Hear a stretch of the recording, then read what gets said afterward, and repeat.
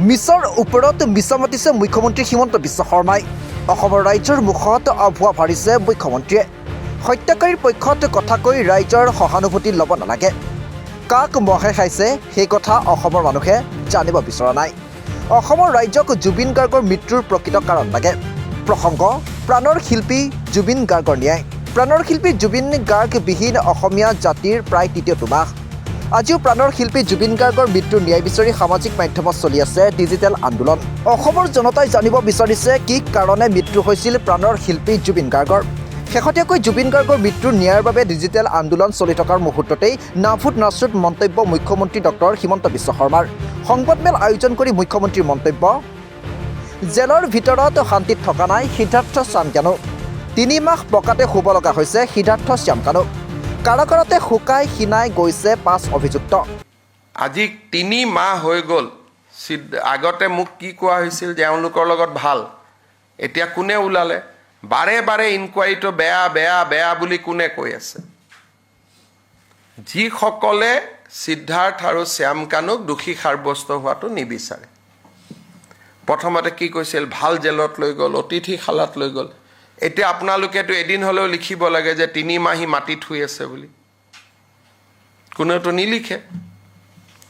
আজি 3 মাহ যে সিদ্ধাৰ্থ শৰ্মা আৰু শ্যামকানু শৰ্মা মাটিত শুই আছে, যিবিলাকে ৰিজৰ্টত পঠোৱা বুলি লিখিছিল, আজিলৈকেতো কোৱা নাই যে আমাৰ ভুল হৈছিলে, মুখ্যমন্ত্ৰীক এনেকৈ গালি পাৰাটো ভুল হৈছিলে।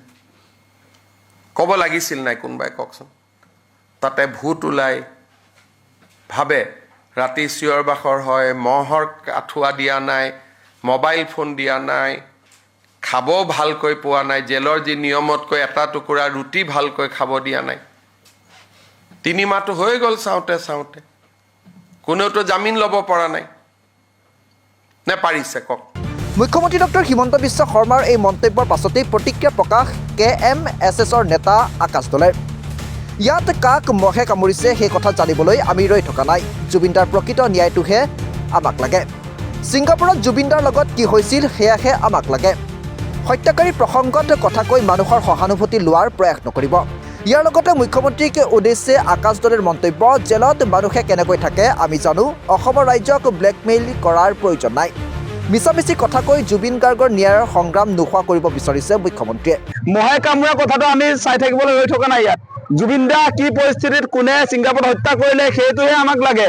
এতিয়া মহে কামুৰিছে বুলি কৈ মানুহৰ ইয়াত চিম্পেথি ল'ব নিবিচাৰিব। এই হত্যাকাৰীবিলাকৰ পক্ষত কথা কৈ বোলে এই কিবা জেলত বোলে কিবা আপোনাৰ মাটিত শুই আছে বুলি কৈছে। আমি চব কথা গম পাওঁ, জেলত কেনেকৈ থাকে এগৰাকী আপোনাৰ অভিযুক্ত সেই কথা জানো আমি। গতিকে অসমৰ মানুহক তেওঁ ব্লেকমেইল কৰি আছে যে তাত বোলে ৰুটি খাবলৈ পোৱা নাই, তাত বোলে আপোনাৰ এই কিবা ভাতৰ লগত দালি ভাত খাই মানুহবিলাক শুকাই ক্ষীণাই গৈছে বুলি কৈছে।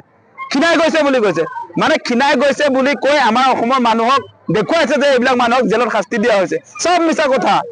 জেলত তেনেকৈ কাকো ৰখা নহয়। জেলত কাৰ্পেটতে ধুনীয়াকৈ শুবলৈ পৰিৱেশ পৰিস্থিতি কৰি দিয়া হৈছে। জেলত কেনেকৈ থাকে জেলত যোৱা মানুহবিলাকে জানে, সময়মতে ভাত খাবলৈ দিয়ে। গতিকে এনেকৈ মানে মিছা মিছি কথা কৈ মূল যিটো আমাৰ hashtag justice for Zubeen Garg, জুবিনদাৰ ন্যায় বিচৰা যিটো সংগ্ৰাম সেইটো পাতল কৰিব খুজিছে মুখ্যমন্ত্ৰীয়ে। ইয়াৰ পৰা অসমবাসী ৰাইজক সাৱধান হ'বৰ কাৰণে আমি অনুৰোধ জনাইছোঁ যে ইমান দীঘলীয়া সময় তেওঁলোকে তদন্ত কৰিলে কিন্তু মূল অভিযুক্তক আপোনাৰ ঢুকি নাপালে। জুবিন দাক ছিংগাপুৰলৈ কোনে লৈ গৈছিলে? আজি আপোনাৰ ছিংগাপুৰত north east India festival Shyamkanu মহন্তক লগত লৈ হাই কমিশ্যন অফ ইণ্ডিয়াই পাতিছিলে। হাই কমিশ্যন অফ ইণ্ডিয়া মানে বিজেপি চৰকাৰে পাতিছিলে। গতিকে বিজেপি চৰকাৰৰ কোনো এতিয়ালৈকে কোনো অনুষ্ঠানত ছিংগাপুৰত থকা হাই কমিশ্যনে হওক বা আপোনাৰ আমাৰ ভাৰতৰ যি বিদেশ মন্ত্ৰণালয় আছে, কোনো মন্ত্ৰীক আচলতে আপোনাৰ তদন্তৰ আওতালৈ অনা নাই। আপোনাৰ ঘটনা ঘটিছে ছিংগাপুৰত, কিন্তু ইয়াত আপুনি চাব গুৱাহাটীত আপোনাৰ হোটেল এই যিবিলাকত আপোনাৰ জুবিন দাই কেতিয়াবা পুৰি বা চাহ খাইছিলে সেইবিলাক মানুহক তদন্তৰ আওতালৈ আনিছে। গুৱাহাটীৰ বিহু কমিটিবিলাকো তদন্তৰ আওতালৈ আনিছে।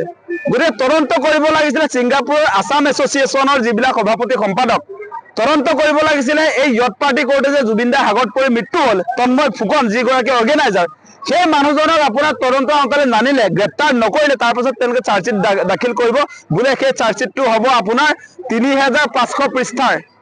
এই 3500 পৃষ্ঠাই হওক বা আপোনালোকে ৰামায়ণ মহাভাৰত লিখি আনক, মহাকাব্য এখন লিখি আহিলেও নহ'ব। আমি যিবিলাক মূল অভিযুক্ত বুলি কৈছোঁ, হিমন্ত বিশ্ব শৰ্মাও মূল অভিযুক্ত। কাৰণ এই হাই কমিশ্যন অফ ইণ্ডিয়াৰ লগত নৰ্থ ইষ্ট ইণ্ডিয়া ফেষ্টিভেল কেনেকৈ আয়োজন হ'ব শ্যামকানু মহন্তই কি দায়িত্বত থাকিব সেই কথা বতৰা আপোনাৰ দীঘলীয়া আপোনাৰ মিটিঙত তেওঁলোকৰ চলি আছিলে মিটিং মানে তেওঁলোকৰ যিবিলাক চিঠি পত্ৰ আছিলে হাই কমিশ্যন অফ ইণ্ডিয়া আৰু আপোনাৰ হিমন্ত বিশ্ব শৰ্মাৰ মাজত এপ্ৰিল মাহৰ পৰা যোগাযোগ চলি আছিলে এতিয়া জুবিন দাৰ মৃত্যু হোৱাৰ কাৰণে তেওঁলোকে কোনো লেনদেন নাই মানে নৰ্থ ইষ্ট ফেষ্টিভেলৰ লগত তেওঁ লেনদেন নাইকিয়া হৈ গ'ল তাৰপাছত শ্যামকানু মহন্তক তেওঁ চিনিয়ে নাপাওঁ বুলি কৈ দিলে গতিকে এই মানুহজনে অসমৰ মানুহক ব্লেকমেইল কৰি আছে আৰু এতিয়া তেওঁ এটা বস্তু সন্মুখলৈ আনিছে চাৰ্জশ্বিট 12 তাৰিখে দাখিল কৰিব তেওঁ কৈ ফুৰিছে বোলে মহে কামুৰিছে শ্যামকানু মহন্তক এটা প্ৰশ্ন হয় হত্যাকাৰী প্ৰসংগত মাত মাতি দোষীক ৰক্ষা কৰিব বিচাৰিছে নেকি মুখ্যমন্ত্ৰীয়ে সেয়া সময়ত হ'ব লক্ষণীয় নিউজ ৰিপৰ্ট NV Live